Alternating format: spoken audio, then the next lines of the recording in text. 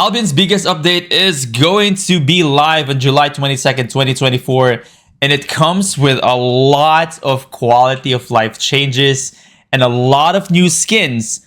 Plus, quests are coming to Albion Online. New skins that I talk about, corrupted dungeon maps, and several changes here and there, and we're going to talk about the major ones in this video. So in this video, you are going to see chapters. So if you are interested in specific chapters that we're going to talk about, you can just skip through that, not going through all of these topics if you're not actually interested. And I'm also going to leave a link in the description for all the patch notes for this update. All right, the biggest obviously is our journal. So there is a new HUD over here on your Albion journal. Next to your daily bonus, you have your Albion journal. Click on it and it will show you 5 different categories. So you have your PvE activities, economy, gathering, exploration, and PvP. And you also have a separate tab for unclaimed rewards. And of course, your summary as well. Now, the biggest question that everyone has been asking is, hey, Burn, if in the expedition, it says here, finish a tier 3 solo expedition. What if I've done that in the past? I've been playing for 5 years. I've done all of that. Do I actually get credited for it? The answer is yes. So if you've already done certain activities in the game, because you've been playing for a while, you don't have to start with gathering 50 tier 2 resources. You've already done that. You are going to get rewarded for that. So when the patch actually goes live, you are going to get a bunch of rewards that is already unlocked for you. In each category, there are 5 main rewards. They categorized it as saying, for 20% completion, you get a unique avatar. And 40%, you get matching avatar ring for your avatar, obviously. At 60%, you get a wardrobe item with a vanity spell. At 80%, this is where the brand new mount skins, which are huge. Brand new mount skins at 80% completion. And if you complete the entire thing, you have a very rare elite version of the wardrobe item and spell. We're going to take a look at all of those vanity skins right now. All right, so for PvE, you get your expeditions, right? The good thing about this is you are going to get specific missions. And once you actually complete the specific missions, it will unlock other things as well. So you can claim, and you can claim whatever. There are drop-down arrows on some of the quest. As we see here in the explanation that they actually gave us.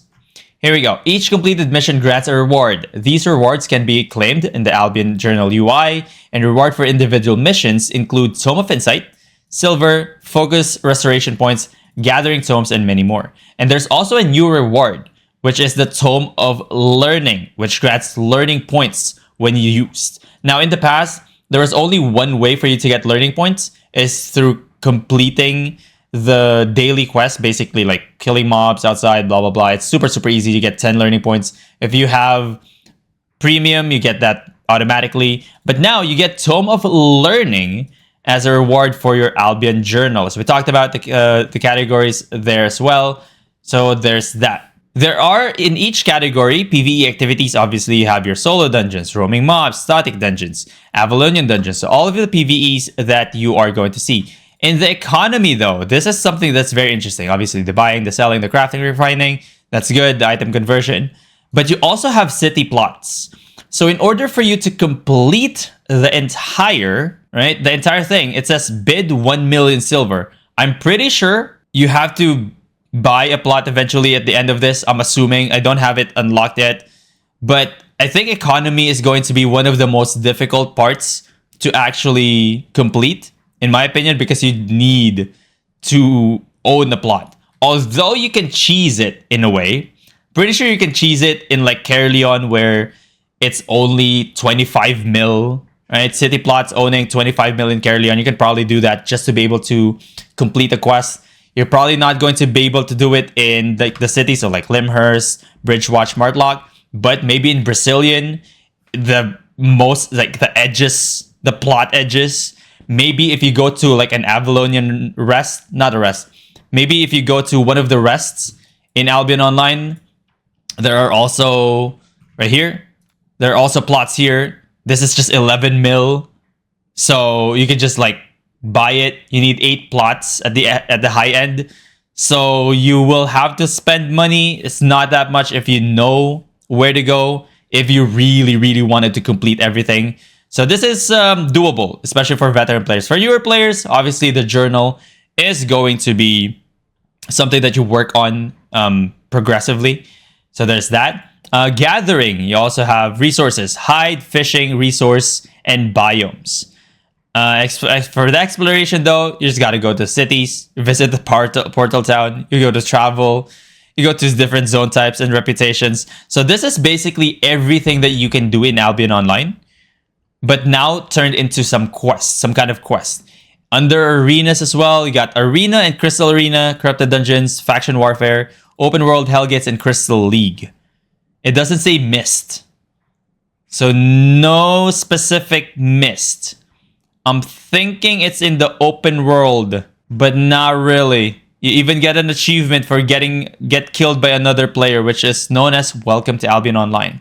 Now, all of these, right? All of these activities, they come with rewards. And the reward that we are going to look at right now is the PvE activity. Look at this.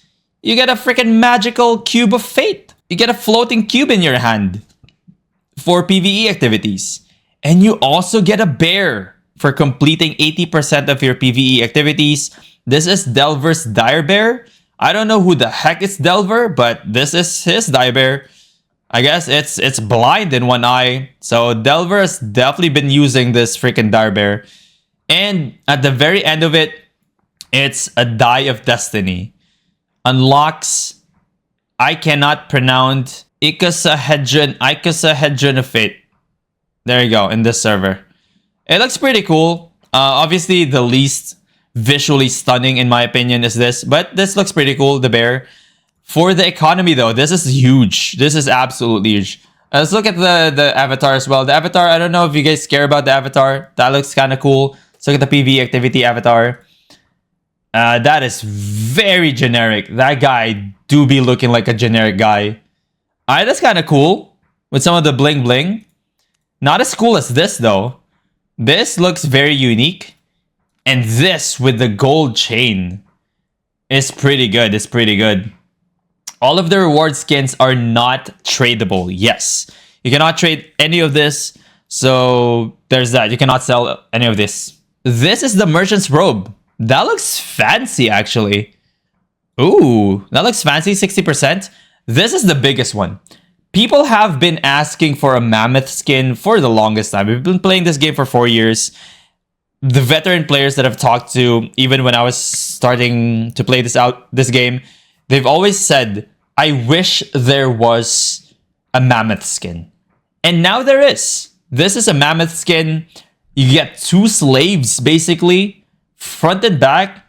The chest is below that. That is a very meh placement in terms of physics. You know what? That's actually good. Nah, that's bad because of the chains. It will dangle. It will make it more difficult for these 2 slaves to actually balance it out. Plus, you're up there chilling with something. You're chilling with something, with a cup. So this is a mammoth skin. When this was previewed in the Albion Online developer talk, I thought this was a mammoth skin. Because we used to have this, sort of like this concept for ox skin. So it's like, all right, cool, another ox skin that everyone can grind for. This is actually a mammoth skin. Actually, the first mammoth skin ever in the game. And they delivered like crazy. This is something that I'm definitely going to grind for. I barely use my mammoth, but I'm definitely going to grind for this one. This is so cool. This just looks so cool.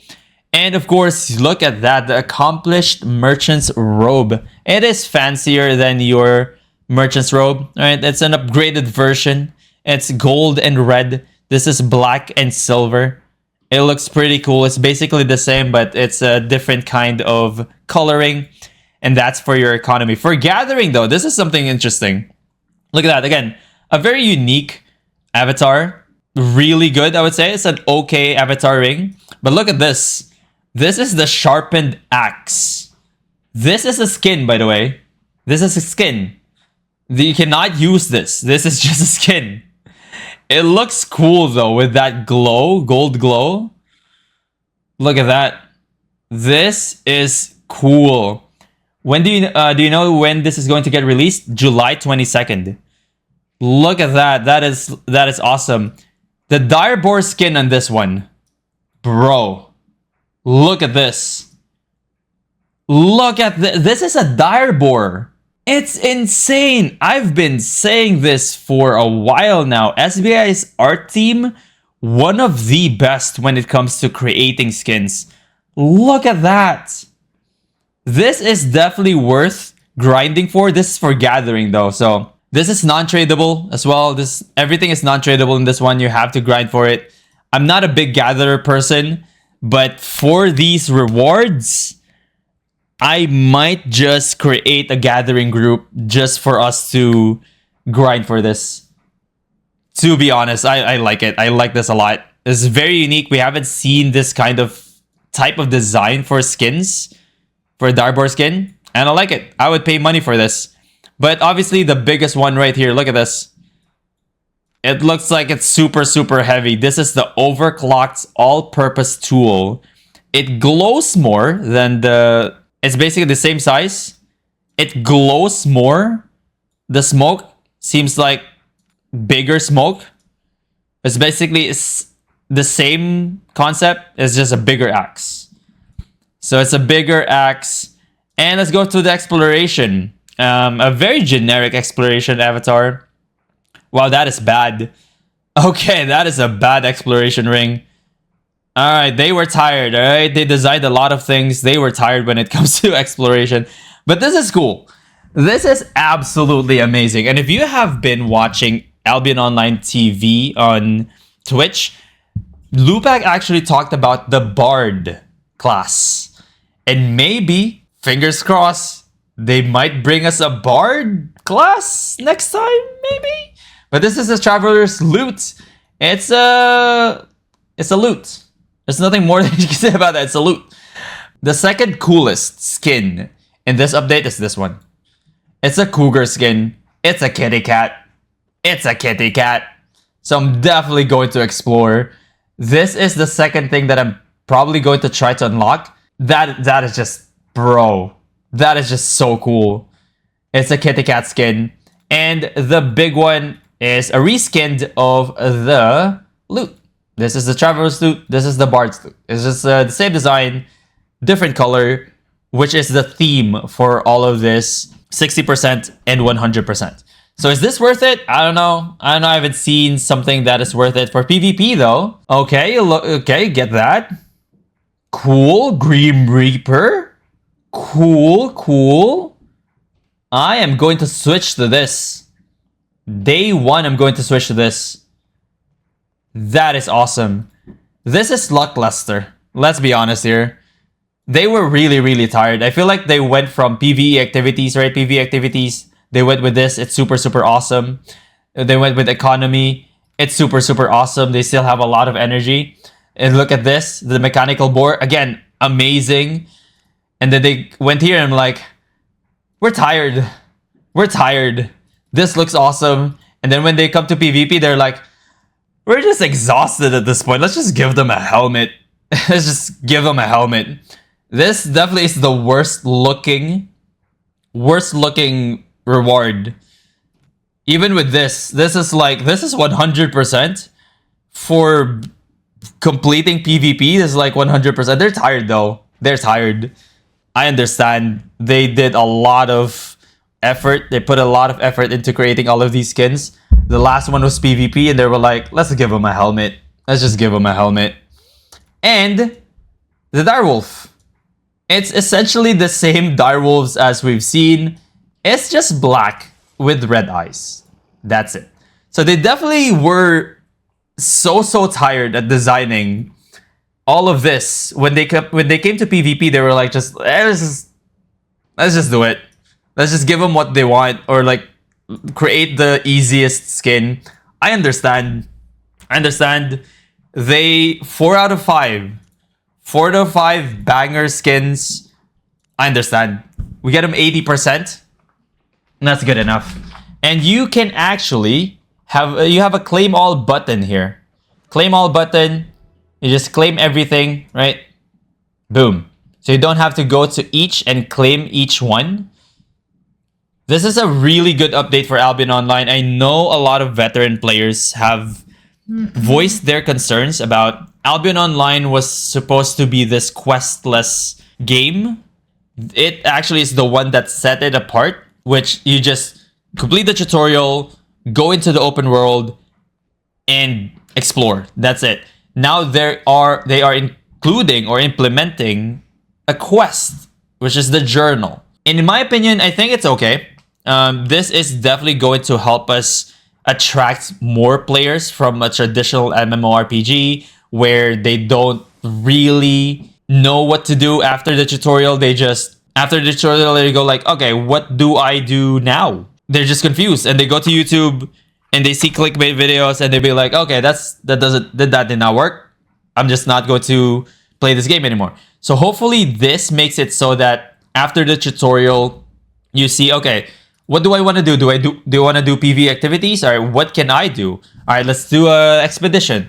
Let's do solo dungeons. Let's do static dungeons. Let's do group dungeons. If they just want to focus on PvE activities and complete them, they have a path to go from a noob to someone who's really, really good at the game. So it's really good. I like that they actually made it PvE, economy, gathering, exploration, and PvP. They included everyone. Obviously, a journal should do that. A quest line should do that. And that is a really, really good change and addition to Albion Online. Speaking of additions, one of the most requested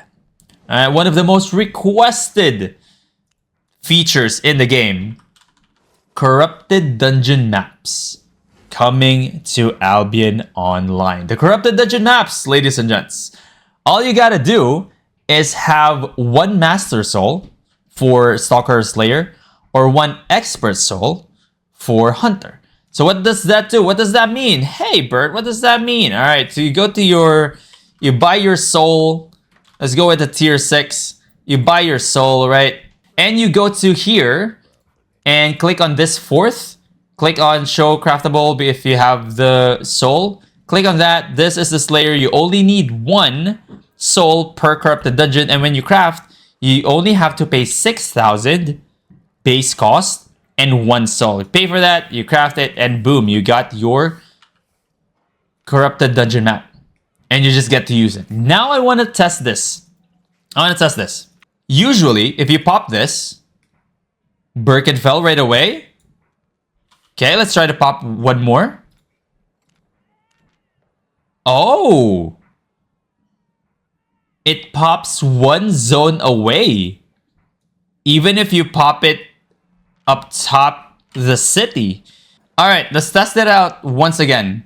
If we pop that, it's near a zone. If we pop it again, same. So you don't need to go to the second floor market. The reason why I'm testing this is because for Hellgates, you actually have to go to the second market to pop your map. Oh, so it is just one zone away. That is such a good design. An amazing design. Can you pop it here? No, because it's only like one zone away. Wow. So you have to pop it in city and it pops next to a zone. That is amazing. That is actually fantastic. All right, someone's saying try Hellgate. Maybe they changed Hellgate too? All right, let's do Hellgates. If I pop the Hellgate map here, it's still the same. I think it's still the same because it didn't give me the same error. Okay, it's still Hellgate is still, look at that, 3 zones away. So Hellgates are not the same as corrupted dungeon maps. Corrupted dungeon maps though, it spawns Oh my god, this is amazing. It spawns to the nearest red zone. It doesn't even go through. Doesn't even go through the underway. Right? Because this is 2 zones away. So it is one of the 4 maps if you're doing it in Caerleon, Birkenfell, Cragmore, Warforest, or Rose Corps. That is where everything is going to be popped. And also, there is another change to Albion Online. That's not it. This is another change for Corrupted Dungeons. This right here. Bat spawn time. Okay, Corrupted Dungeon maps have been added. That's what we talked about. Bat spawn time adjusted for Hunter, Stalker, and Slayer. They're all 3 minutes now. So to everyone who has been using full reset builds, bats are going to spawn a lot faster, similar to how Slayer. In Slayer, you reset once and bats already spawn. Similarly to Stalker now and Hunter, bats will spawn faster. And I really hope, since they looked at Corrupted Dungeons and they give us Corrupted Dungeon maps and the bat spawns in spawn time, I really wish they make a change to where if you break, you lose something. Because right now, breaking in Corrupted Dungeons is just being annoying. You're just being annoying. You're not really losing anything. I hope and pray that they actually look at Corrupted Dungeons and see like, okay, some players are just trolling. They're just breaking crystals. They don't intend to fight. Unless they know how to fight against the other build. There's no penalty for it. So I hope they penalize those kinds of behavior so that Corrupted Dungeons become more of a fight rather than fight, run, fight, break kind of play style. That's pretty good. You know what is definitely better? If 2 players, on top of that idea, if 2 players are within the same area, because you know the crystals are actually in the same circle, right? There should be a range from the crystal where if your opponents, 2 of you, are in the same area, the crystals will disappear. It will not take damage because it will disappear. It's not going to be invulnerable because that can easily be cheesed as well by staying behind it so that they don't get hit by skill shots. They just disappear. It's not 0 damage to the crystal, it just disappears. If it disappears, it forces you to fight. So if you are trying to chase, you go inside that, they're trying to break, it disappears, they can't break it anymore. Robin, if you're watching, I know you're not, but if you're watching, someone clip this. That is a very good idea. It will make Corrupted Dungeons more of a Hellgate rather than, oh, I can't fight you, I've already tried, but I can't kill you, let me break.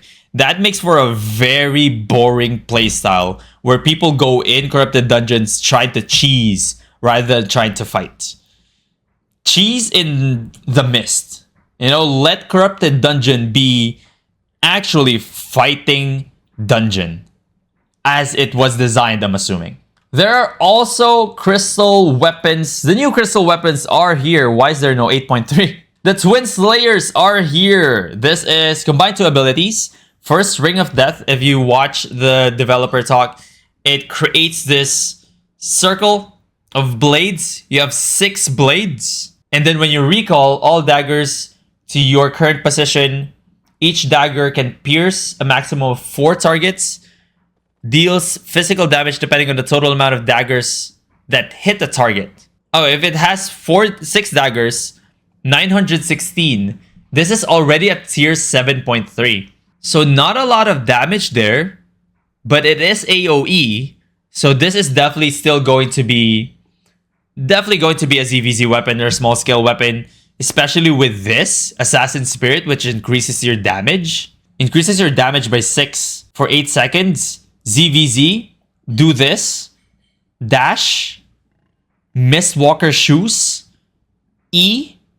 Blink E. Or you can even go 3 stacks.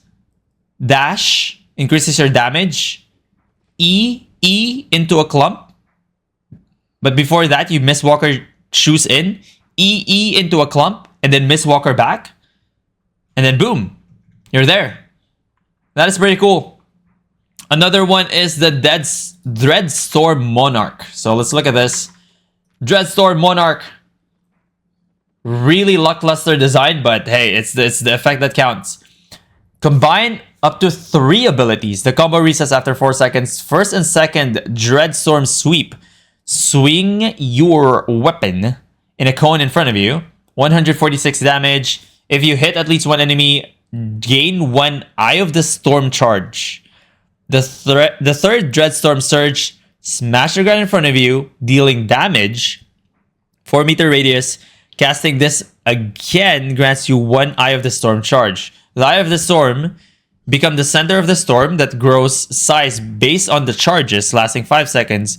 Reduces the resistance of all enemies by 37. So only 37. Only 37 and slows them down by 20%. The Eye of the Storm can reach a maximum radius of 9 meters. Radius, so 9 meters each side, all sides. 37 damage resistance of everyone inside. Only those who are inside. If you go out of that, your damage resistance debuff will be gone. Because it doesn't say anything that lasts, right? It doesn't say damage resistance that lasts for 4 seconds.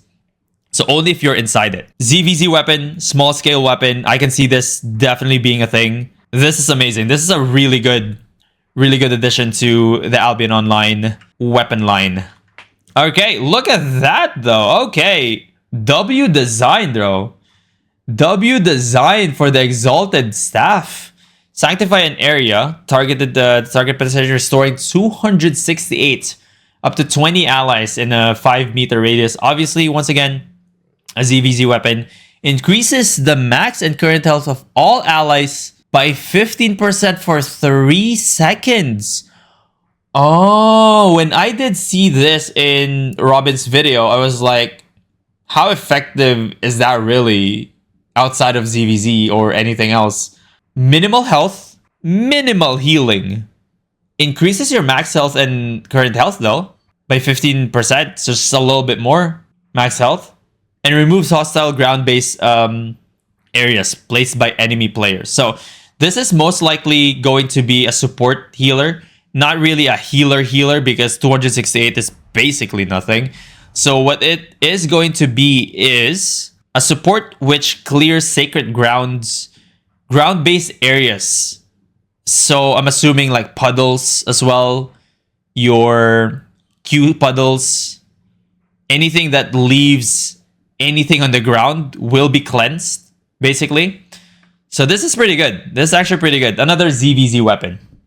A Locust? Probably not, because that is a channeling thing. Yeah, it has a mini Gigantify. Just a little bit. Tiny Gigantify there. It is a ZVZ staff. All of those 3 weapons, once again, small scale ZVZ weapons added to the game. That's pretty good. There's also another thing. This is the quality of life improvements. I'm not the biggest fan of this. Weapons now have all spells unlocked at tier 4 and upwards. I don't like this at all because I think they didn't add any benefit to going to tier 5, tier 6, tier 7, tier 8 now.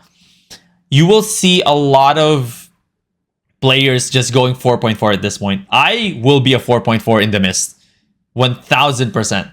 The only reason why I use the Fire Staff at tier 6, and I always tell everyone in my guides, the only reason why I go tier 6 is because I have the ability to choose Searing Flames. But now at tier 4, everything is unlocked. That is good for newer players, but think of the effect that this will have in the economy of Albion Online. Tier 4 will have better and more demand compared to tier 5 to tier 6. Tier 7 and tier 8, I think it's still going to be safe. But now at tier 4, 4-4, maybe right? It's going to be, I'm going to use tier 4 moving forward because it's going to be cheaper. But I think it will introduce an imbalance in Albion Online's economy where tier 4 is more sought after than tier 5 because you don't really get much more anything, honestly. It's tier 4, tier 5. The only reason why you would switch to tier 6 really back then was get access to this. So like tier 5, tier 6 is going to be balanced. Tier 4 is going to reign supreme, in my opinion. Yep, hoard your 4/4s. It's definitely good for yellow zone players, newer players. It's definitely good for them. They should have kept few skill locks behind progression. I think so too. I think though, what they should do is, yes, unlock everything at tier 4. Give us a benefit for going tier 5. Maybe higher mastery modifier. Get this to like plus 10. Get this to plus 15. Get us a little bit more. Give us something to get excited about to get to tier 6, tier 5. But this one, if it unlocks at tier 4 everything, there's no reason why you should actually go to tier 5, tier 6. Tier 7, tier 8 still the same. What is this guy doing? It has a skill. Yo, he has a skill where you can throw silver? Wait, what? You can throw silver? Yes! The skill of this is throw silver? Yo! Show your wealth by throwing away 5,000 silver. 4,000 of it will land on the ground for the common folk to collect and the rest will be lost. SBI was like, our silver, our premium cost is too high. What is a silver sink that we can think of? Someone in that meeting room was like, what if we create a skin that just deletes silver? They're like, tell me more. Tell me more. What if we create a skin that throws away silver? And Robin was like, tell me more. Tell me more. Yes. Yes. Yes. This is their way of a silver sink, bro. That is wild. I love it. I'm all for it. I am all for it. Let's go. Throw away silver is a thing now. Let's go, SVI. Yep, the art department. They are balling, bro. You can actually throw silver. There's auto loot. You can auto loot, remember. You don't even have to click. You have to just be near. What? This is so cool. Albion Online. The best MMORPG out there, dude. They're like, we have high premium price. Hold my beer. Hold my freaking beer. I'm so hyped. I love Albion Online. I'm so hyped. You don't even know. I'm so hyped for the game right now. I know this hype. I know this feeling of satisfaction is going to be gone after a month max. A month max. We'll all just say Albion Online's not doing anything anymore after a month. But this excitement is insane. I mean, there's just so many quality of life improvements, so many things that you can actually grind for again in the game. Kudos to SBI's team, man. I know I give them a hard time all the time, but they are definitely doing something great in the game. They're definitely doing something great in the game. Either improve soul dungeons or remove them. Their purpose is this. Their purpose is this now. This is their purpose. This is it. Remember, the patch is going to be live on July 22nd.